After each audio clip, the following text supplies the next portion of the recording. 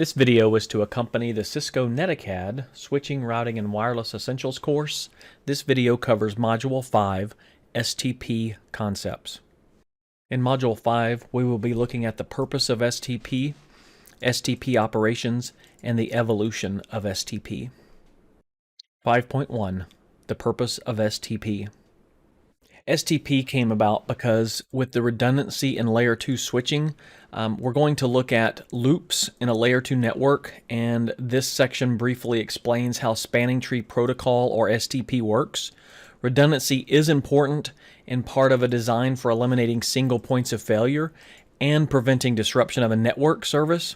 So redundant networks require that additional physical paths, but not necessarily logical redundancy, logical redundancy must also be part of the design.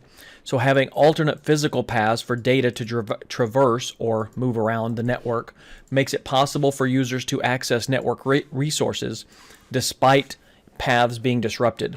So however, redundant paths in a switched Ethernet network may cause both physical and logical layer loops or looping.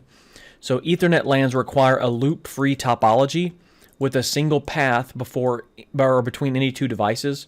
So a loop in an Ethernet LAN can cause a continued propagation of Ethernet frames until a link is disrupted and breaks the loop. And I personally have seen this in action in a local area network.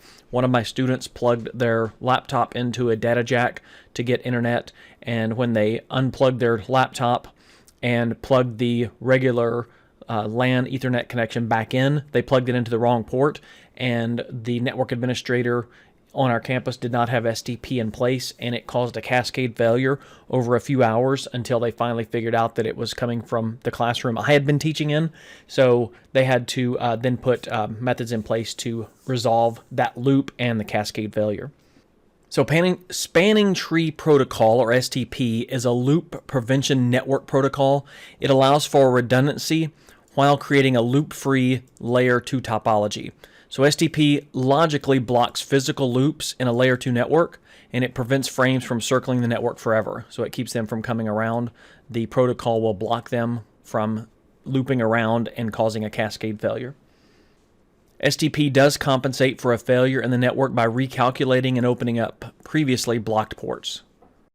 Now we do have some issues with redundant switch links. Path redundancy provides multiple network services by eliminating the possibility of a single point of failure. But when a multiple path exists between two devices on an Ethernet network, there is no Spanning Tree Protocol. A Layer 2 loop does occur. So a Layer 2 loop can result in MAC address tables instability, link saturation, and a high CPU utilization on switches and in devices, and this can result in network becoming unusable or what we call a cascade failure. The Layer 2 Ethernet does not include a mechanism to recognize and eliminate endless looping. So both V4 and V6 include a mechanism that limits the number of times a Layer 3 network device can retransmit a packet, but not at the Layer 2. So a router will decrement the time to live in every IPv4 packet and the hop limit field in every V6 packet. So when these fields are decremented to 0, a router will drop the packet and it stops moving. So Ethernet and Ethernet switches have no comparable mechanism for limiting the number of times a switch retransmits a Layer 2 frame. So STP was developed specifically as a loop prevention mechanism for Layer 2 Ethernet frames. Now without STP enabled, Layer 2 loops can form, and it causes a broadcast, multicast, or unknown unicast frames to loop endlessly, and that can bring down a network quickly. I've heard it called a cascade failure. You may hear it called by a different name, but basically what it will do is bring the network down because there's too much traffic. So when the loop occurs, the MAC address table on a switch will constantly change with the updates from all the broadcast frames that keep getting resent, and it does result in a MAC database instability. This can cause the CPU to run continuously or have high CPU utilization. It also makes the switch unusable or unable to forward frames. So an unknown unicast frame is when the switch does not have the destination MAC address in its MAC address table, and it must forward the frame out on all ports and accept the ingress port, and that just then causes problems because those frames just keep bouncing around. You might hear the term broadcast storm. That's also an abnormally high number of broadcasts overwhelming the network during a specific amount of time, or a cascade failure. You've heard me previously say that. Cascade failure or a broadcast storm. Broadcast storms can disable a network within seconds. They do overwhelm the switch. Broadcast storms can be caused by hardware problems such as a faulty NIC or a layer 2 loop, or someone plugging in an Ethernet port back into itself. So layer 2 broadcasts in a network such as ARP request are common, and layer 2 multicast are typically forwarded the same way as broadcast by the switch. So V6 packets are never forwarded as a layer 2 broadcast, and ICMP V6 neighbor discovery uses, ICMP V6 neighbor discovery uses layer 2 multicast. So a host caught in a layer 2 loop is not accessible to other hosts on the network. And additionally, due to the constant changes in the MAC address table, the switch doesn't know which port to forward the unicast frames. So to prevent these issues from occurring in a redundant network, some type of spanning tree must be enabled on the switches. And spanning tree is enabled by default on Cisco switches to prevent the layer 2 loops from occurring. The SDP is based on an algorithm invented by Radia Perlman, and I may be pronouncing that name wrong, and I apologize if I do. But while working with DEC, or Digital Equipment Corporation, and it was published in a 1985 paper, an algorithm for distributed computation of spanning tree in an extended LAN. Her spanning tree algorithm, or STA, creates a loop-free topology by selecting a single root bridge where all other switches determine a single least cost path.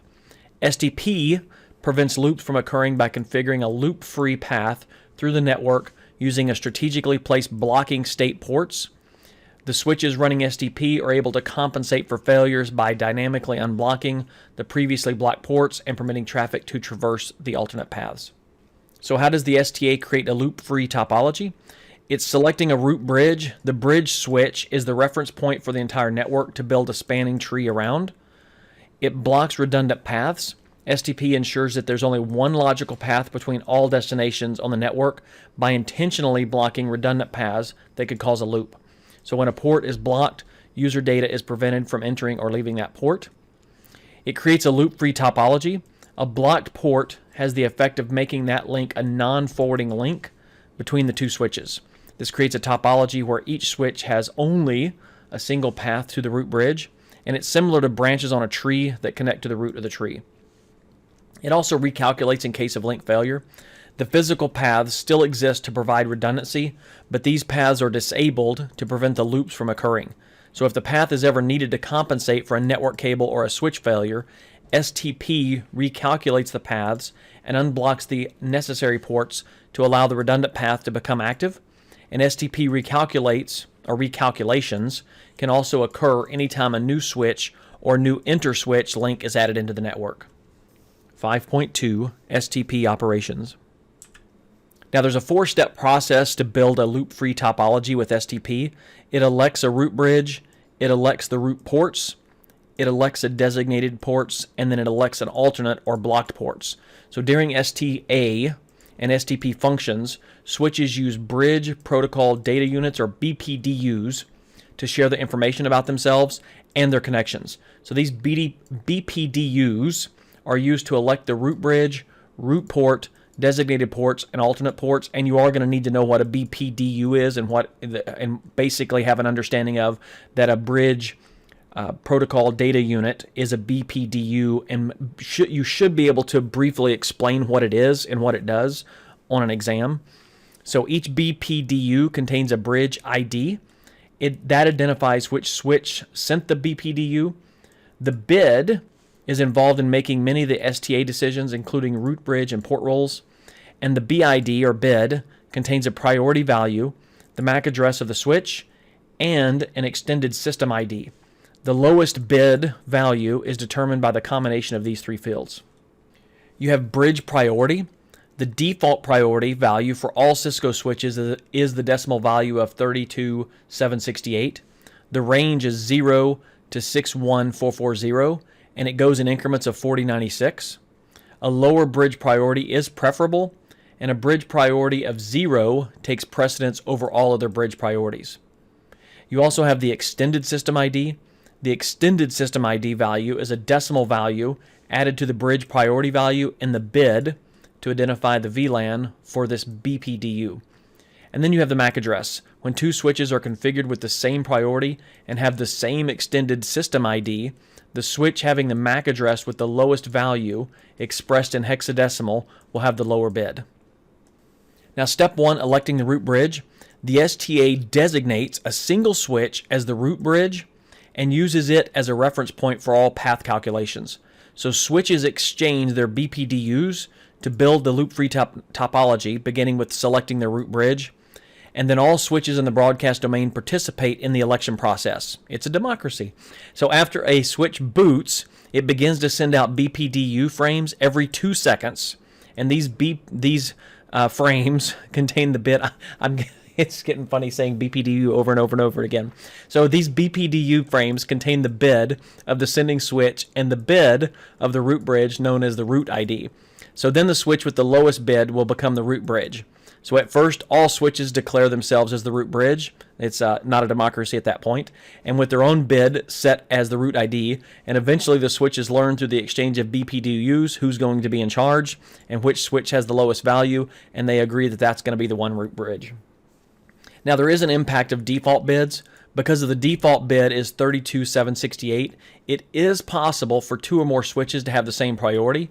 In this scenario, when the priorities are the same, the switch with the lowest MAC address will become the root bridge. And as you know from what we've learned in previous courses, the MAC address is a unique identifier on that network ID or that network identification card or that network interface. The administrator should configure the desired root bridge switch with the lower priority.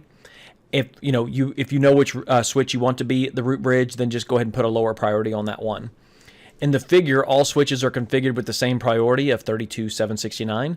So here the MAC address becomes the deciding factor as to which switch, that's a tongue twister there, which switch becomes the root bridge.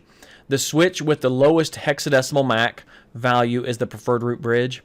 And in this example, S2 has the lowest value, and it's elected as the root bridge for that spanning tree instance. So the priority of all the switches is 32.769. The value is based on that number, the default bridge priority, and the extended system ID VLAN 1, and it's associated with each switch. Now we determine the root path cost. So when the root bridge has been elected for a given spanning tree instance, the STA starts determining the best path for that root bridge from all destinations in that broadcast domain. So the path information, known as the internal root path cost, is determined by the sum of all individual port costs along the path from the switch to the root bridge. When the switch receives the BPDU, it adds the ingress port cost of the segment to determine the internal root path cost. So the default port costs are then defined by the speed at which the port operates. The table below shows the default port cost suggested by IEEE, and Cisco switches by default use the values as defined by the IEEE 802.1d standard. It's also known as the short path cost for both STP and RSTP.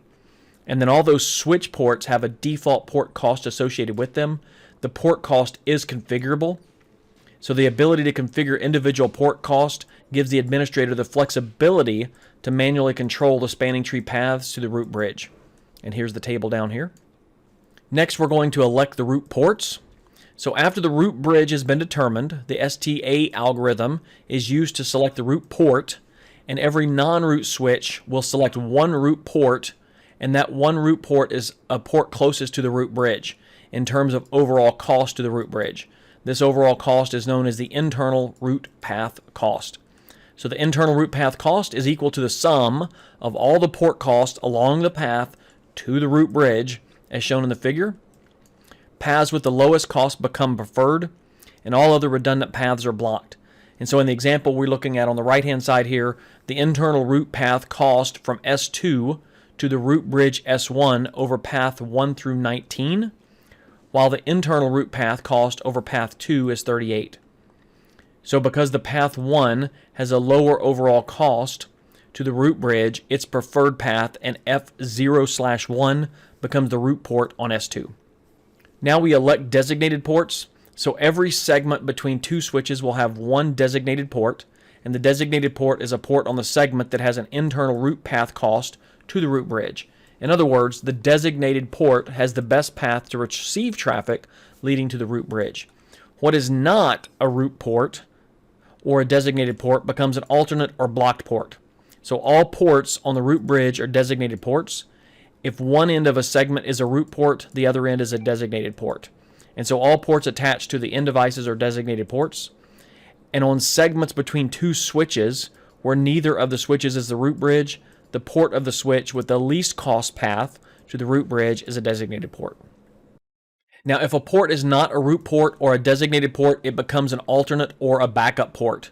So alternate or backup ports are in discarding or blocking state to prevent loops. And in the figure to the right, we see the STA, let me re-say that, has configured port F02 on switch 3 in an alternate role. And port F02 on S3 is in a blocking state and will not forward any Ethernet frames, which will then prevent a loop from happening. So all other inter-switch ports are in a forwarding state, and this is the loop prevention path of STP. Electing a route port from multiple equal cost paths. So when a switch has multiple paths to the route bridge, the switch will determine a port using the following criteria: the lowest sending BID, the lowest sender port priority, and then the lowest sending or lowest sender port ID. So when we elect a route port from multiple equal cost paths, the lowest sender bid, the topology below has 4 switches. We have 4 switches here. And switch 1 is set as the route bridge, port F01 on switch S3, and port F03 on switch 4 have been selected as route ports because they have the route path cost to the route bridge for their respective switches. So S2 has 2 ports, F01 and F02, with equal port cost paths. So the bridge IDs of S3 and S4 will be used to break the tie. So this is known as the sender's bid, and S3 has a bid of 32769.5555555, and S4 has a bid of 32769.1111111. I'm not going to get them exactly right there, but because S4 has a lower bid, the F01 port of S2, which is the port connected to S4, will then be the route port. Now, when we're looking at lowest sender port priority, the topology has 2 switches below, which are connected to 2 equal cost paths. S1 is the route bridge, so both of the ports are designated ports. S4 has 2 ports with equal cost paths to the route bridge. So because both ports are connected to the same switch, the sender's bid, S1, is equal, so the first step is a tie. So next, the S1 port priority is selected. So the default port priority is 128. So both ports on S1 have the same port priority. It's also a tie. So if either port on S1 was configured with the lower port priority, S4 would put its adjacent port in a forwarding state, and the other port on S4 would be a blocking state. Now when we look at the lowest sender port ID, the last tiebreaker is the lowest sender's port ID. Switch 4 has received BPDUs from port F01 and F02 on switch 1. So the decision is based on the sender's port ID, not the receiver's port ID. Because the port ID of F01 and S1 is lower than port F02, the port F06 on switch 4 will be the route port. And this is the port on S4 that is connected to F01. And port F05 on S4 will become an alternate port and placed in a blocking state. And you can pause the video here and study the diagrams below, because if it gets a little bit confusing to hear F01, F02, S1, S4, it does take a little bit of time. So don't get frustrated when you're learning this material. Just go back through the priorities. I would also recommend creating these layouts in your packet tracer program and recreating them in there, and then watching the packets move around so that you can see how this works in a visual layout. The STP convergent requires 3 timers. You have the hello timer. The hello timer is the interval between BPDUs. The default is 2 seconds, but it can be modified between 1 and 10 seconds. And then you have the forward delay timer. The forward delay is the time that's spent in listening and learning the state. The default is 15 seconds, but it can be modified between 4 and 30 seconds. And then you have the max age timer. The max age is the maximum length of time that a switch waits before attempting to change the STP topology. So the default is 20 seconds, but it can be modified between 6 and 40 seconds. And the default times can be changed on the root bridge, which dictates the value of the times for the STP domain. The STP facilitates the logical loop-free path throughout the broadcast domain. So the spanning tree is determined through the information it's learned by the exchange of the BPDU frames between the switches. And if a switch port transitions directly from a blocking state to the forwarding state without information about the full topology during the transition, the port can be temporarily, or the port temporarily creates a data loop. So for this reason, STP has 5 port states, 4 of which are operational port states, and the disable state is considered non-operational. So you have the blocking, that's no BPDU received. The max age is 20 seconds. Then you have listening, and then you have the forwarding delay of 15 seconds. And then if the link comes up, you have blocking, and the blocking state until STP determines if a port is root or designated port, and that feeds in at that step. And then you have the learning, that's 15 seconds, and then you have the forwarding state. The table below summarizes the operational details of each port state. I would recommend pausing the video right here and looking at these because you will need this information, and it very well may come up on an exam in this course. So you want to make sure that you understand the port states and whether the BPDUs are going to be in a receive and send, or none sent. I can almost guarantee you're probably going to see a question along the port state and the BPDUs and the MAC and the forwarding frames. Does it forward or not? Now, per VLAN spanning tree, STP can be configured to operate in an environment with multiple VLANs. So in per VLAN spanning tree, or PVST versions of STP, there's a root bridge for elected, or a root bridge is elected for each spanning tree instance. And this makes it possible to have a different root bridge for different sets of VLANs. So STP operates on a separate instance of STP for each individual VLAN. And if all ports on all switches are members of VLAN 1, then there's only one spanning tree instance. 5.3, Evolution of STP. Now there's different versions of STP. Many professionals generically use spanning tree and STP to refer to the various implementations of spanning tree. So you have Rapid Spanning Tree Protocol, or RSTP. You have Multiple Spanning Tree Protocol, or MSTP. So in order to communicate spanning tree concepts correctly, it is important to refer to the implementation or the standard of the spanning tree in context of that implementation. So because the two protocols share much of the same terminology and the methods for the loop-free path, the primary focus will be on the current standard and the Cisco proprietary implementations of STP and RSTP. Of course, this is a Cisco course that you're probably taking, and this material is taken from the Cisco Netacad course, so we are going to be focusing on Cisco proprietary implementations.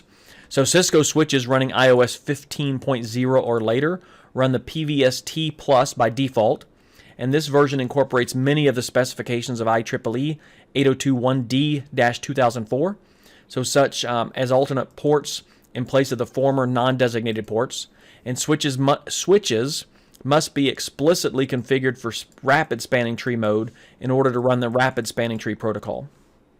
Here's a chart with different versions of STP. You have STP here, and the IEEE version, PVST Plus. It's a Cisco enhancement of STP. 802.1d-2004. That's an updated version of STP. It incorporates the IEEE 802.1w. You have Rapid Spanning Tree Protocol. You have Rapid PVST Plus. That's the Cisco enhancement of RSTP.